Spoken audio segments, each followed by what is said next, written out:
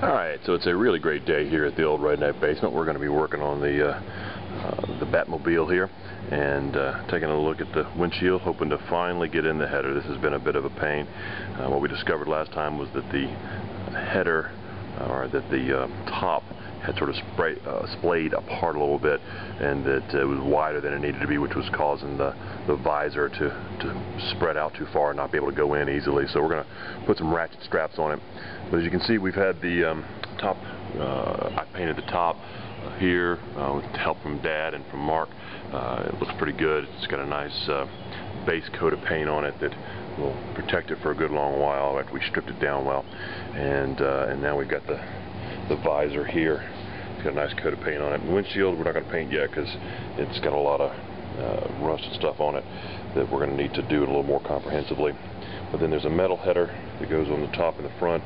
It looks real good. We did mess it up a little bit in painting, but it shouldn't be a problem. And then there's the wood header. This has been the real deal. We've had to trim it on the ends and edges and all, and try to get in a little bit. So I'm hoping that pulling this stuff together with a ratchet strap will pulling the top together with a couple of ratchet straps will get us into a spot where everything trims in nicely and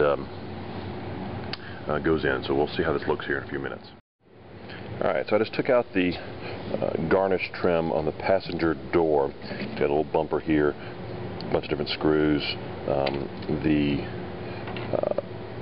longer screw with the more pan head is the one that goes to hold the bumper, and the rest of them just hold the garnish trim. It is holding in the door seal. As you can see, it's just a rubber, sort of typical fabric covered rubber seal, and that piece goes right up in here, and this gives me exposure to these screws, which will loosen so that we can tighten these later on the door trim.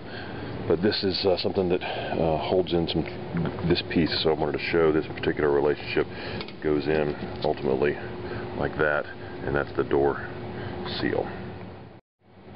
Alright, so we got the wood header in place, but now we got the straps in place. So we're going to put some bolts back into these holes from the back side here, in there loosely, and then we're going to try to ratchet it down and see how close we can get this. You can sort of see here the separation between the frame and the gutter, so hoping that we'll be able to get that tightened up.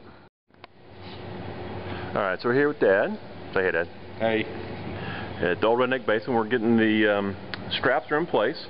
So what we've done here is we've got a strap underneath the metal on the wood frame to pull that piece of the frame in. We've got another strap on the outside of the metal to pull that frame together, and we've got a third strap on the windshield frame, and we've got a clamp on this side. Probably put one on that side too during the process, but that lets us get all the bolts in the frame up in there, those bolts into the header properly, so that we've got so we don't have to thread those during the process, and pulling it together help those bolt holes line up. So I really think that once we get the whole thing clamped down, we'll be good. And actually, now that I'm realizing it, we probably do need to take this off the metal, because this metal is going to need to slide on this wood.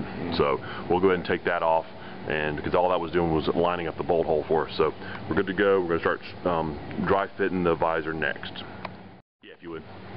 Well, all right. I didn't check the battery yet. Leave it up then, it's alright. So here we are. We've got all the straps on it. Bolts are tight. I think we got the visor in the right spot. And now we're going to start nailing the visor into place. Working our way across, and so that we can take all these clamps and things off. So the reason we have all this in place is that we had to trim the ends of the header, the wood header underneath, to allow everything to fall into place, and cut up a little bit on the bottom up under here, although you can't really see it there. But anyway, so it allows the header to align back with the edge of the body frame. Alright, so we got the windshield is in, working mostly, It's got a long way to go still. We got hinges aren't quite up, the screws aren't a little too tight, but the